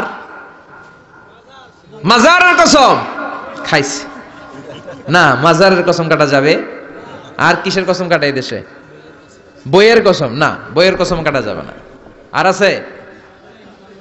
হ্যাঁ, আল্লাহ ছাড়া কারো নামে কসম কাটা যাবে, কিন্তু আল্লাহ চাইলে সবকিছুর নামে কসম কাটতে পারেন। চিল্লায় কোন সুবহানাল্লাহ। সে আল্লাহ বললেন, ওয়াত্তিনি ওয়াজ-যাইতুনি ওয়া তুরি সিনিনা ওয়া হাযাল বালাদিল আমিন। 3 কসম। কিসের কসম? 3 ফুলের কসম। এজন্য আল্লাহ বলেছেন ওয়াত্তিন। চিল্লায় বলেন, কি পড়েছেন? সম্মানিত ভাইরা, খেয়াল রাখবেন, কসম যখনই আল্লাহ কেটেছেন তখনই আল্লাহ ওয়াও ব্যবহার করেছেন। এটাকে বলে, এই যে এটা কিন্তু তাফসিরের আসল কথা, মনে রাখেন, ওয়াও আল কাসামিয়া, এটার বলে কসম কাটার ওয়াও। যত জায়গায় আল্লাহ কসম কেটেছেন তত জায়গায় আল্লাহ কি ব্যবহার করেছেন? চিল্লায় বলেন। আমরা অবাক হয়ে গেলে আমরা পড়ি ওয়াও, এই ওয়াও না, আমরা ওয়াও বলি না? অবাক করা জিনিস দেখলে কি বলে ছেলেবেলে? ওয়াও, এই ওয়াও নয়। তো যত জায়গায় কসম তত জায়গায় ওয়াও। সবাই বলেন, যত জায়গায় কসম তত জায়গায়। যেমন আল্লাহ কোরআনে যুগের শপথ করেছেন, সময়ের কসম করেছেন। আল্লাহ বলেছেন ওয়াল আসর। কি বলেছেন? ওয়াও আছে না নাই? আল্লাহ পাহাড়ের কসম করেছেন, আল্লাহ বলেছেন ওয়াত্তুর। আল্লাহ ফজরের কসম করেছেন, আল্লাহ বলেছেন ওয়াল ফাজার। জিলহজের প্রথম 10 রাতের কসম করেছেন, তিনি বলেছেন ওয়ালায়ালিন আশার। জোড় আর বেজোরের কসম করেছেন, তিনি কি বলেছেন? ওয়াশ-শাফঈ ওয়াল ওয়াতর। তারই ধারাবাহিকতা এখানে তিনি 3 ফলের কসম কেটেছেন, আর তিনি বলেছেন ওয়াত্তিন। চিল্লায় বলেন, তিনি কি বলেছেন? মানে 3 কসম। কিসের কসম? 3 ফল। ডুমুর ফলের কসম কেটেছেন, কারণ এই ফলের অনেক উপকারিতা আছে। এটা আরব বিশ্বে, আরবদের কাছে খুবই গুরুত্বপূর্ণ সুস্বাদু একটা ফল। কালো ডুমুর হয়, সাদা ডুমুর হয়। এই ডুমুর ফল খেলে ডায়াবেটিক্স রোগীদের অনেক উপকার হয়। ডায়াবেটিক্স আমাদের জাতীয় রোগ না? ডায়াবেটিক্স আছে কার কার? অনেকের আছে না? এই ডায়াবেটিক্স আল্লাহ ভালো করে দিবে। কি খাবেন? ডুমুর ফল খাবেন। অনেক নারীদের ইররেগুলার মেনস্ট্রুয়েশনাল পিরিয়ড হয়, অনিয়মিত অনিয়ন্ত্রিত মাসিক। এই ডুমুর ফলের সেদ্ধ করা পানি যদি খায়, তাদের মাসিক নিয়মিত হয়ে যাবে। এটার মধ্যে অনেক স্ট্রেংথ এন্ড স্ট্যামিনা আছে। আর এই ফলটা জান্নাতি ফল। কি ফল? এটা জান্নাতি ফল। এই 3 গাছটা জান্নাতের গাছ। সাইয়েদনা আদম আলাইহিস সালামকে আল্লাহ বললেন, ওয়ালা তাকরাবা হাযিহিশ শাজারাতা ফাতাকুনা মিনাজ জালিমিন। ও আদম, তুমি আর হাওয়া মিলে জান্নাতে ঘুরো, জান্নাতে খাওয়া দাওয়া করো, যা মনে চায় করো, কিন্তু একটা নিষিদ্ধ গাছ আছে, ওই গাছের কাছে যাওয়া যাবে না। কার কথা?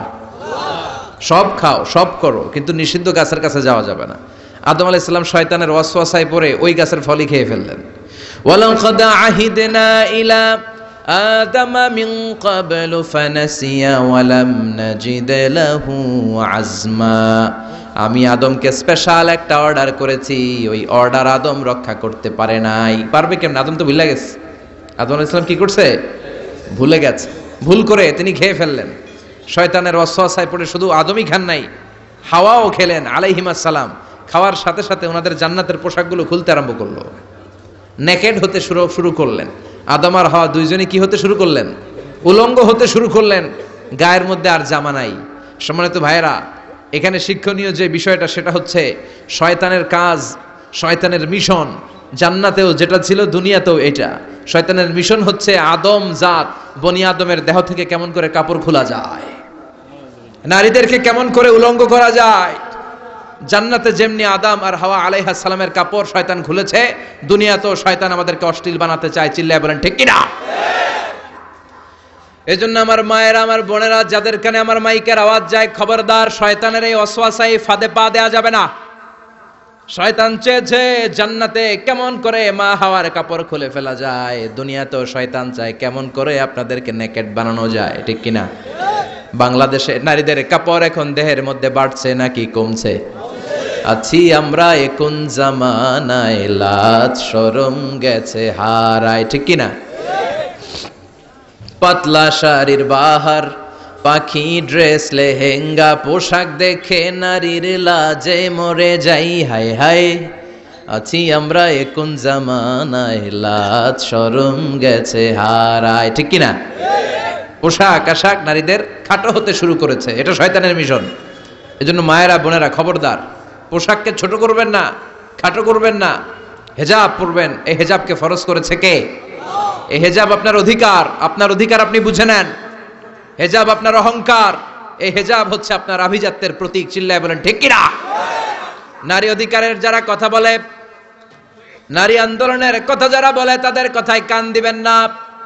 এরা বক্তব্যের মঞ্চে উঠে নারীর অধিকারের কথা বলে, কিন্তু তাদের ঘরেই নারীরা বেশি নির্যাতিতা, তাদের ঘরের কাজের মেয়েগুলাই বেশি নির্যাতিতা। চিল্লায় এখন ঠিক কিনা?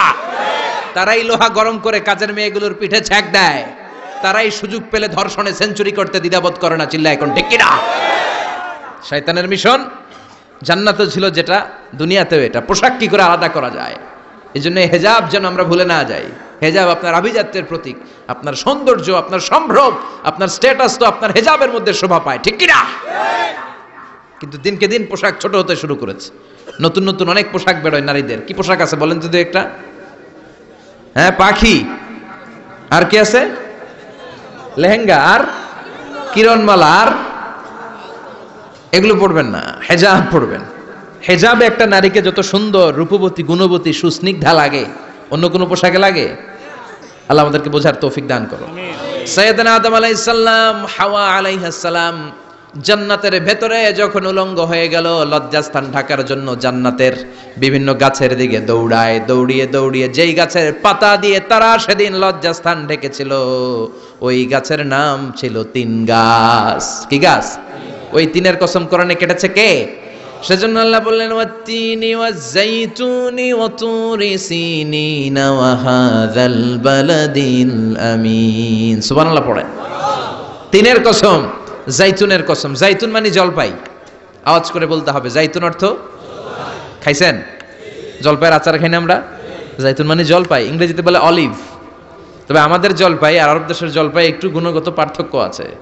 আরব দেশের জলপাই একটু ছোট হয়, আমাদেরগুলো সাইজে বড় হয়। আরব দেশের জলপাই একসাথে অনেকগুলা খাওয়া যায়, আর আমাদের দেশের জলপাই আবার 2-3টার বেশি খাওয়া যায় না, অনেক টক না? এই 7টা জলপাই আর একটা 3, এই মিক্স রেশিওতে যদি আপনি রেগুলার খান, আপনার বার্ধক্য রোধ হবে, আপনার স্বাস্থ্য ভালো থাকবে। আলহামদুলিল্লাহ পড়েন। এই জাইতুন গাছগুলো আরব দেশে হিল ট্র্যাক্টস, পাহাড়ি এরিয়াতে হয়, 100 বছর বেঁচে থাকে। বিশ্বনবী বলেছেন, কুলু যাইতা ওয়াদ্দাহিনু ফা ইন্নাহা মিন শাজারাতিন মুবারাকা। বিশ্বনবী বললেন, জাইতুনের তেল খাও, জাইতুনের তেল গায়ের মধ্যে দাও, জাইতুনের তেল মালিশ করো, জাইতুনের ভেতরে বরকত ঢুকায় দিয়েছে কে? জাইতুনের তেল দাড়িতে চুলে মালিশ করলে দাড়ি চুল সহজে পাকে না। বিশ্বনবী সব সময় দাড়িতে চুলে জাইতুন মাখতেন। আমি নিজেও মাখি প্রতিদিন, আপনারাও মাখবেন। বাজারে পাওয়া যায়, যে বলবেন অলিভ অয়েল, কি বলবেন? অলিভ অয়েল বললে আপনাকে দিবে। স্পেনের, মেড ইন স্পেন, এদের অলিভ অয়েল ভালো। ফিলিস্তিনের যে অরিজিনাল অলিভ অয়েল, এটা ভালো, এটা খাওয়া যায়। তাম্বুতু বিদ্দুহুনি ওয়া সিবগিল আখিলিন, এটার অনেক কাজ, খাওয়াও যায়, মালিশও করা যায়, জাইতুনের ডাল ভেঙে মেসওয়াকও করা যায়। সুবহানাল্লাহ পড়েন। বিশ্বনবী বললেন, নি'মাস সিওয়াকিয়াজ জাইতুন, জাইতুনের মেসওয়াক কতই না ভালো। ফাইন্নাহা সিওয়াকি ওয়া সিওয়াকুল আম্বিয়া মিন ক্বাবলি, কেননা আমি বিশ্বনবী নিজে জাইতুনের ডাল ভেঙে মেসওয়াক করি, আমার আগে লক্ষাধিক নবীরা সবাই জাইতুনের ডাল দিয়ে মেসওয়াক করেছেন। সুবহানাল্লাহ পড়েন। আপনার দেহের ব্যাড কোলেস্টেরলের লেভেল কমে যাবে যদি জাইতুন আপনি খান। দাড়িতে মাখবেন, চুলে মাখবেন, আবার সালাদের মধ্যেও জাইতুনের তেল দিয়ে খাওয়া যায় যদি এক্সট্রা ভার্জিন হয়। লেস দেন 1% অ্যাসিড দিয়ে এটাকে পিউরিফাইং করলে এটার বলে এক্সট্রা ভার্জিন। এরপর আরেকটা আছে ভার্জিন, 2% অ্যাসিড দিয়ে পিউরিফাইং করে। 3, 4, 5% অ্যাসিড দিয়ে পিউরিফাইং করলে ওটার বলে রিফাইন্ড পিওর, ওটা গায়ে মালিশ করবেন। বরকত আছে না নাই? এজন্য এই দুইটার কসম কোরআনে কেটেছে কে? এরপরে রব্বুল আলামিন বলেন ওয়া তুরি সিনিন,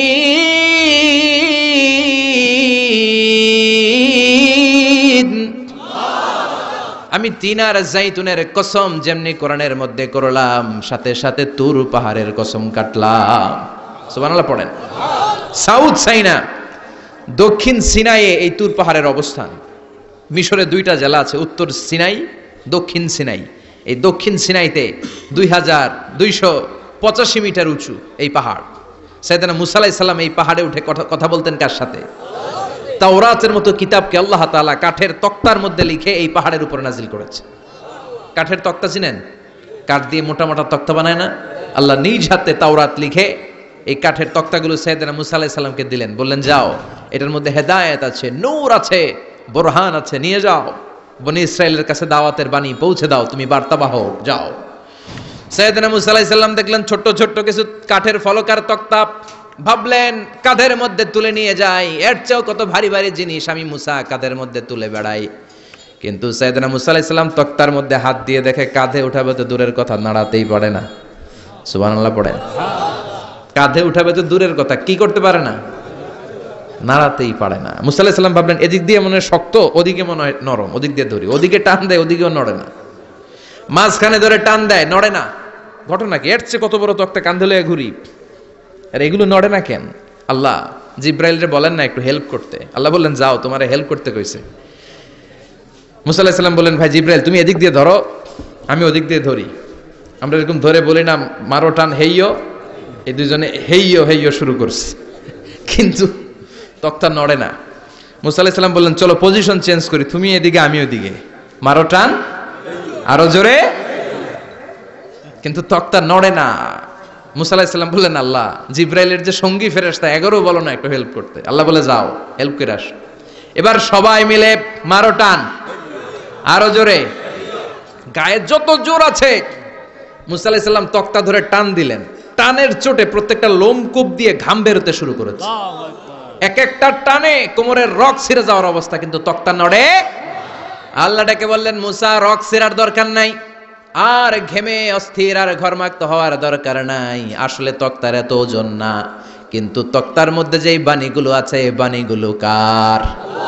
এটা আমার বাণী রে মুসা, এগুলো আমার কথা, এগুলো আমার দেওয়া কিতাব, এগুলো সাধারণ দুনিয়ার বাণী নয়, সাধারণ কথা নয়। এই জিনিসটা বোঝাবার জন্য তক্তার ওজন আমি বাড়িয়ে দিয়েছি। এবার ফেরেশতার সাহায্যের দরকার নাই, নিজেই টান দাও, দেখবা উঠাতে পারবা। সাইয়েদনা মুসা আলাইহিস সালাম এখন দেখে টান দিয়ে কাঁধে নেওয়া যায়। সুবহানাল্লাহ পড়েন। এই যে তুর পাহাড় তিনি মুসা আলাইহিস সালামকে দিয়েছিলেন, যেই পাহাড়ের উপরে, পাহাড়টার নাম তাওরাত কিতাব যে তিনি দিয়েছিলেন, যেই পাহাড়ের উপরে, এই পাহাড়টার নাম কি? তুর পাহাড়।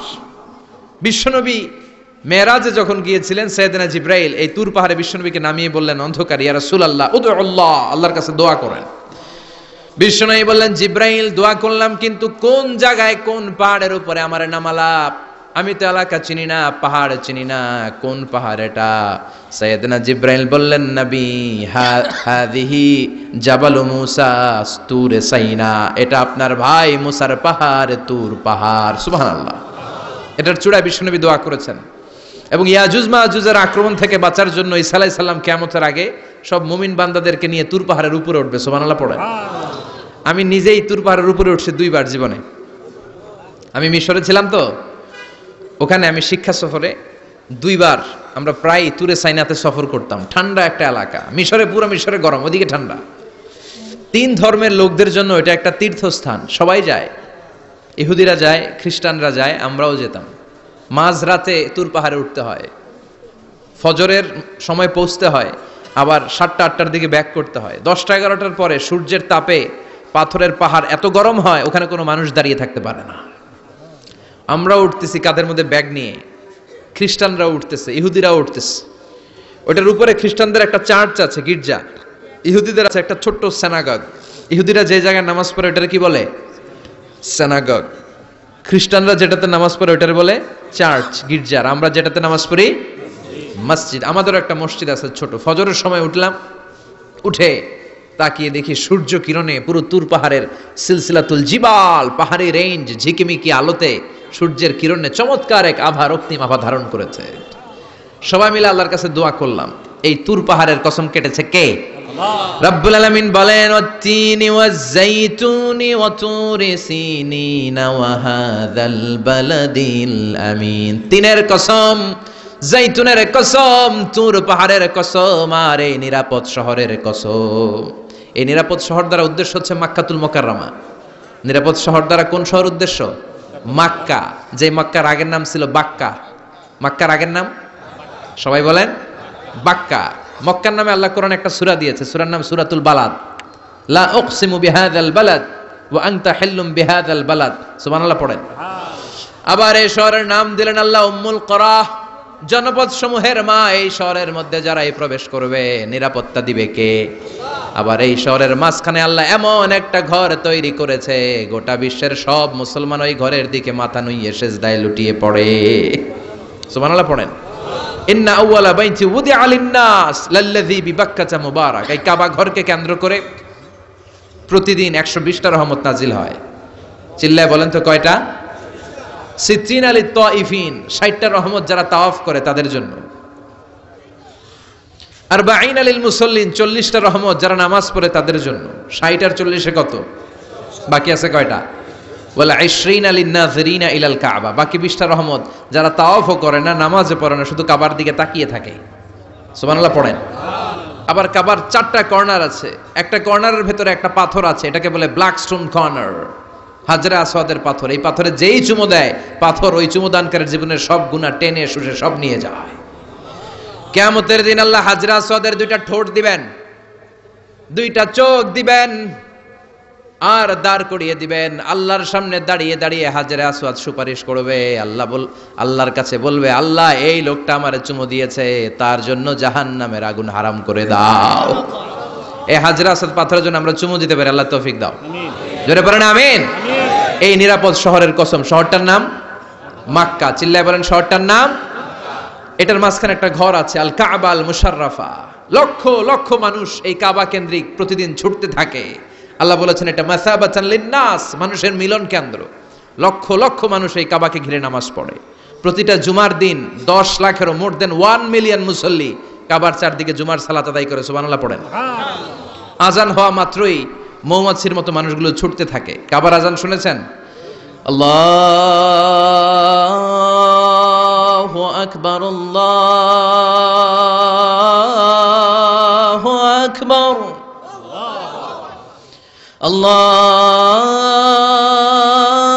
আল্লাহু আকবার,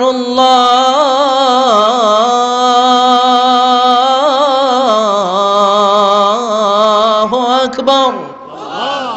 কি সুরেলা আজান, কাবার আজান। আজান হতে দেরি, আজান হতে দেরি। যদি 20-30 তলা হোটেলের কোনো ছাদ থেকে আপনি খেয়াল করেন, দেখবেন মৌমাছির মতো ডানে বায়ে সামনে পেছনে চারিদিক থেকে সারে আল হিজরা দিয়ে, সারে আজিয়াদ রোড দিয়ে, গাজ্জা দিয়ে, জারওয়াল দিয়ে, মেসফালা দিয়ে, ইব্রাহিম খালিলি দিয়ে মানুষগুলো কাবার দিকে ঢুকতে শুরু করেছে। ঠিক কিনা?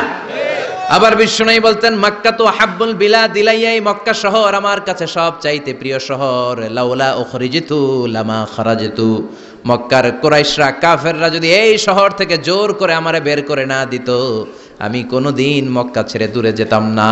সুবহানাল্লাহ পড়ে। বিশ্বনবীর জন্মস্থান এই শহর।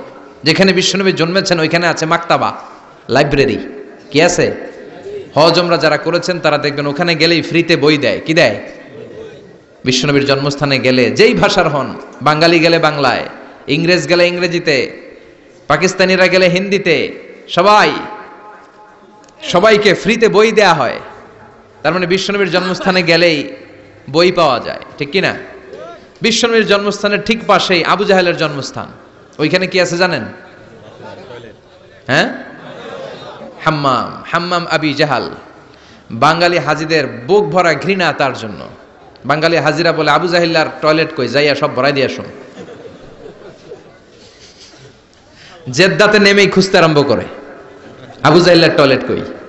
সবাই বলে, এই না জেদ্দায় আসলেন, মক্কা তো আর 80 কিলো দূরে, আপনি যাবেন ওমরা করবেন, বিশ্রাম নেবেন হোটেলে, এরপরে জিয়ারা যখন করায় তখন ওখানে নেয়, কিন্তু নাইমা কই আবু জাহেলের টয়লেট কই। কি ক্ষোভ তার প্রতি, না কি ক্ষোভ আর ঘৃণা, আর বিশ্বনবীর জন্য অন্তর ভরা ভালোবাসা আছে না নাই? এজন্য ইসলাম হচ্ছে শান্তির ধর্ম। জঙ্গিপনা যারা করে, সন্ত্রাসবাদের কথা যারা সমাজে উস্কে দেয়, তাদের জন্য ইসলামে কোনো শান্তি নাই। আবু জাহেল ছিল সন্ত্রাসদের লিডার, ঠিক কি না? Leader of the all terrorist, কুখ্যাত ইন্টারন্যাশনাল সন্ত্রাসী আবু জাহেল। আর বিশ্বনবী ছিলেন মুজাহিদ। বিশ্বনবী কি ছিলেন? মুসা আলাইহিস সালাম ছিলেন মুজাহিদ। ফেরাউন ছিল কুখ্যাত সন্ত্রাসী আর জঙ্গি, ঠিক কি না? সাইয়েদনা ইব্রাহিম ছিলেন মুজাহিদ, আর নমরুদ ছিল জঙ্গি, ঠিক কি না? যারা ইসলামের পক্ষে কথা বলে তারা মুজাহিদ, আর যারা ইসলামের বিপক্ষে তারা সন্ত্রাস আর জঙ্গি। চিল্লায় বলেন ঠিক কি না? সে আল্লাহ ডেকে বললেন, গোলামুত্তিনি ওয়াজ-জাইতুনি ওয়া তুরি সিনিন ওয়া হাযাল বালাদিল আমিন। তিন ফলের কসম, জাইতুনের কসম, তুর পাহাড়ের কসম, বিশ্বনবীর জন্মস্থান মক্কাতুল মুকাররমার কসম। চারটা জিনিসের কসম কেটেছে কে? আল্লাহ। কয়টা জিনিসের? চারটা জিনিসের কসম কেটে আল্লাহ একটা কথা বলবেন। ওই কথাটার গুরুত্ব বেশি না কম? লাকাদ খালাকনাল ইনসানা ফি আহসানি তাকওয়িম। সবাই পড়েন, লাকাদ খালাকনাল ইনসানা ফি আহসানি তাকওয়িম। নিশ্চয় আমি মানুষের চেহারাটারে, আকৃতিটারে বড্ড চমৎকার আকৃতি দিয়ে তৈরি করেছি। সুবহানাল্লাহ। মানুষের মতো কোনো সুন্দর প্রাণী পৃথিবীতে নাই, আছে? গরু দেখবেন সবগুলোর চেহারা একরকম, কুকুরের অলমোস্ট সব কুকুরের কেন্দ্রীয় চেহারা এক, সব ছাগলের কেন্দ্রীয় চেহারা এক, কিন্তু একটা মানুষের সাথে আরেকটা মানুষের চেহারা মিলে? আমার সাথে হুজুরের চেহারার মিল আছে? হুজুরের সাথে ভাইয়ের, ভাইয়ের সাথে আপনার। 700 কোটি মানুষ নাকি পৃথিবীতে এখন আছে। এই 700 কোটির সাথে একটা লগে আরেকটার মিলে? কত 700 কোটি ময়রা কবরে ভূত হয়ে রয়েছে, একটার সাথে আরেকটার মিল ছিল? আরো কত 700 কোটি যে কিয়ামতের আগে আসবে, একজনের সাথে আরেকজনের চেহারার কোনো মিল খাবে? এরপর আপনি হিউম্যান অ্যানাটমি নিয়ে গবেষণা করেন, পায়ের পাতা থেকে শুরু করে মাথার তালু পর্যন্ত একটার পর একটা অঙ্গ এমন ভাবে আল্লাহ তৈরি করেছে, পৃথিবীর কোনো ডিজাইনারের কোনো ডিজাইন দ্বারা এটাকে মাপজোক আর পরিমাপ করা সম্ভব না। চিল্লায় বলেন ঠিক কি না? এজন্য আল্লাহ বললেন, লাকাদ খালাকনাল ইনসানা ফি আহসানি তাকওয়িম। মানুষকে চমৎকার আকৃতি দিয়ে তৈরি করেছে কে? আল্লাহ। আমাদের যে অঙ্গটা ঠিক যেখানে বসানো দরকার, ঠিক সেই অঙ্গটা আল্লাহ তাআলা ওইখানেই বসিয়েছে, ঠিক কি না? আল্লাহর সৃষ্টির মধ্যে কোনো খুঁত ধরার, ভুল ধরার ক্ষমতা কারো আছে? এক লোক বট গাছের তলায় বসে বিশ্রাম নিচ্ছে, আর বট ফল দেখে অবাক যে এত মোটা বট গাছ, ফলগুলো এত ছোট। বট ফল ছোট হয় না নাকি এত বড়? আর পাশেই ছিল কুমড়া গাছ, লাউ গাছ। আল্লাহরে গালে দিতেছে। আল্লাহর কি রুচি! চিকন চিকন কুমড়া গাছ, চিকন চিকন লাউ গাছ, এত বড় ফল, আর ইয়া মোটা বট গাছ, এতটুকু ফল। আল্লাহর গালি দিতে দিতে ঘুমায় গেছে। আল্লাহরে গালি মারতে মারতে কখন যে ঘুমায় গেছে নিজেও জানেন। হঠাৎ একটা বট ফল পড়ছে একেবারে নাকে, লাফ দিয়ে উঠেছে। উঠে দেখে নাক দিয়ে রক্ত বেরোচ্ছে, ব্লিডিং। নাকের রক্ত মুছে আর পড়তে আরম্ভ করছে আলহামদুলিল্লাহ। কি পড়ে? মনে মনে কয়, আল্লাহরে কেন গালি দিলাম? ওই কুমড়া যদি এইখানে হইতো, ওই লাউ যদি এইটার উপরে হতো, কুমড়া যদি একটা নাকের উপরে পড়তো, আমি নিজেই কুমড়া হইয়া যাইতাম, ঠিক কিনা? সুবহানাল্লাহ পড়েন। মা খালাকতা হাযা বাতিলা। এমনি এমনি আল্লাহ কিছু বানায় নাই, যেখানে যেটা যতটুকু দরকার সেটা করে দিয়েছে কে? আল্লাহ। চোখ যেখানে থাকা দরকার চোখ দিছে কে? আল্লাহ। নাক যেখানে দরকার নাক দিছে কে? আল্লাহ। চোখ কান এদিকে না হইয়া যদি অন্যদিকে হইতো সুবিধা হইতো? চোখ দুইটা মনে করেন এদিকে নাই, আছে এদিকে, এদিকে একটা চোখ, এদিকে, সুবিধা হইতো? খাওয়ার সময় আমরা প্রথমে দেখি, নাক দিয়ে শুকি, তারপরে মুখে মারি, ঠিক কি না? তো চোখ যদি পিছনে হইতো, প্রত্যেকটা খাবার নিয়ে চোখটা দেখানো লাগতো এইভাবে, তাই না? নাকও যদি এইখানে না হয়ে এদিকে নাকটা হইতো, খাবার নিয়ে ঘ্রাণ শুকতে চাইলে পেছনে নিয়ে। দেখেন কি সেটিং! চোখ যদি এইখানে না থেকে মাত্র 2 ইঞ্চি উপরে যদি আল্লাহ দিত, এদিকে একটা চোখ এদিকে একটা চোখ, সেজদা দিতে পারতেন? চোখ বন্ধ করে সেজদা দেওয়া লাগতো, ঠিক কিনা? ফুটবল খেলতে পারতেন? ফুটবলে হেড দিলে ডিমের মতো পোষ হয়ে যেত চোখ দুইটা। সুবহানাল্লাহ পড়বেন না? দেখেন কানের কি সেটিং! কান যদি এইখানে না দিয়ে এই কানটা আল্লাহ এই বগলের নিচে দিত, আর এই কান যদি এই বগলের নিচে দিত, আজকে ওয়াজ শুনতেন কেমনে? এমনি। হাত তোলেন সবাই। 1.5 ঘন্টা হাজারি সাহেবের আলোচনা, এমনি থাকেন 1.5 ঘন্টা হাত দুইটা তুলে থাকা যায় তো? হাত নামাইলে আওয়াজ শোনা যায় না, হাত উঠাইলে শোনা যায়।